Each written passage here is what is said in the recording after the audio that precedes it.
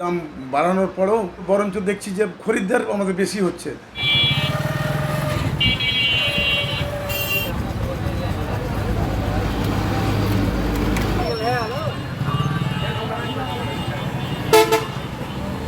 আমাদের তেল বৃদ্ধির দাম বাড়ানোর পরেও আমরা অ্যাজ ইউজুয়ালভাবে যেটা পাই সেটাই পাচ্ছি, কোনো বেশি এক্সেস তেল পাচ্ছি না, কিন্তু বরঞ্চ দেখছি যে খরিদ্দার আমাদের বেশি হচ্ছে।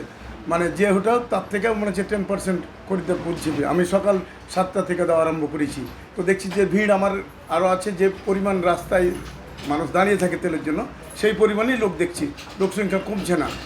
আর এই তেলটা ঠিকভাবে ব্যবহার হচ্ছে কিনা সেটা আমাদের দেখার বিষয়। সেটা কিভাবে করছে আমরা অ্যাপসে করেও আমরা সামাল দিতে পারছি না। তো আমাদের যেটা পাওনা, আমরা চাইছি বেশি তেল বৃদ্ধি দেওয়া হোক, যদি এটাকে করা যায় পাবলিককে, প্রতিটা পাম্পে, আমার না ব্যক্তিগত, আমার না, নবাবগঞ্জের প্রতিটা পাম্পকে বেশি পরিমাণের তেল দেওয়া হোক, তাহলে বুঝতে পারা যাবে যে তেলের কোথায় আসছে। আর এমনি এখন কিছু আমরা বুঝতে পারছি না।